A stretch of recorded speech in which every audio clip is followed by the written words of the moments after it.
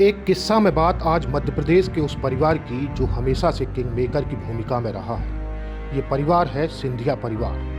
पहले राजमाता, फिर माधवराव सिंधिया और अब ज्योतिरादित्य सिंधिया। सिंधिया घराने की ये 3 पीढ़ियां मध्य प्रदेश की सियासत के वो पहलू हैं जिन्हें कभी भी नजरअंदाज नहीं किया जा सकता है। 6 दशकों से सिंधिया परिवार का कोई न कोई सदस्य राजनीति को दिलचस्प बनाता रहा है, फिर चाहे वो कांग्रेस में रहा हो या फिर भाजपा में। हर बार सत्ता की चाबी इन्हीं के पास रही है। आज के दौर में ज्योतिरादित्य सिंधिया वो नेता हैं जो मध्य प्रदेश की सत्ता की चाबी माने जाते हैं। जब वो पहले कांग्रेस में थे तो कांग्रेस के लिए किंग मेकर की भूमिका निभाते थे और अब जब भाजपा में आए तो भाजपा के लिए भी किंग मेकर ही रहे। ज्योतिरादित्य सिंधिया का नाम आते ही मध्य प्रदेश के राजनीतिक इतिहास में हुए एक बहुत बड़े सत्ता परिवर्तन की याद आती है। तारीख थी 20 मार्च 2020।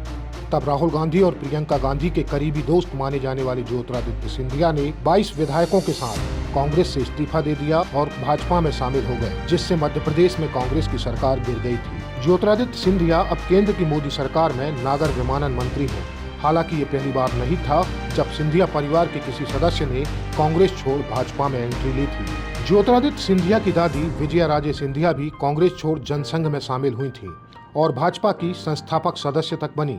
ये बात उस समय की है जब विजया राजे सिंधिया कांग्रेस छोड़कर जनसंघ में शामिल हो चुकी थी। करेरा से जनसंघ की उम्मीदवार बनाई गई थीं और गुना सीट से स्वतंत्र उम्मीदवार के रूप में मैदान में उतरी थी। हालांकि चुनाव में विजया राजे ने दोनों ही सीटों पर जीत दर्ज की थी, लेकिन बहुमत नहीं होने के कारण मध्य प्रदेश में कांग्रेस की सरकार बन गई थी। लेकिन सरकार न बनने का गम विजया राजे सिंधिया को ज्यादा दिनों तक नहीं रहा।